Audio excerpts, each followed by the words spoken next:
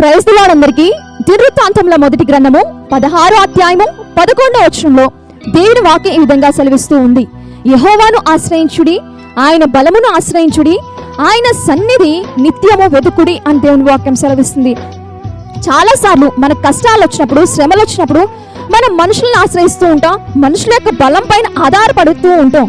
అయితే దేవుని వాక్యం సెలవిస్తుంది దేవాతి దేవుని ఆశ్రయించాలని. అవును, మనుషులను ఒకవేళ ఆశ్రయిస్తే వాళ్ళు మనల్ని మోసం చేయొచ్చు, వాళ్ళు మనల్ని మధ్యలోనే విడిచిపెట్టవచ్చు. కానీ దేవాతి దేవుని ఆశ్రయించి ఆయన బలాన్ని ఆశ్రయిస్తే ఆయన మనల్ని విడిచిపెట్టడు. ఆయన సన్నిధిని మన కష్టాలు వచ్చినప్పుడు, శ్రమలు వచ్చినప్పుడు, ఇబ్బందులు వచ్చినప్పుడు నిత్యము ఆయన సన్నిధిని వెతకాలి. ఆయన సన్నిధిని వెతికితే ప్రతి ఒక్క కష్టానికి పరిష్కారం ఉంటుంది. కనుక ఆయననే ఆశ్రయించి, ఆయన బలాన్ని ఆశ్రయించి, ఆయన సన్నిధిలో మన కష్టాలు వచ్చినప్పుడు, శ్రమలు వచ్చినప్పుడు ఆయన సన్నిధిలో నిత్యము వెతికి ప్రతిఫలము పొందుకుందుము గాక. ఆమేన్.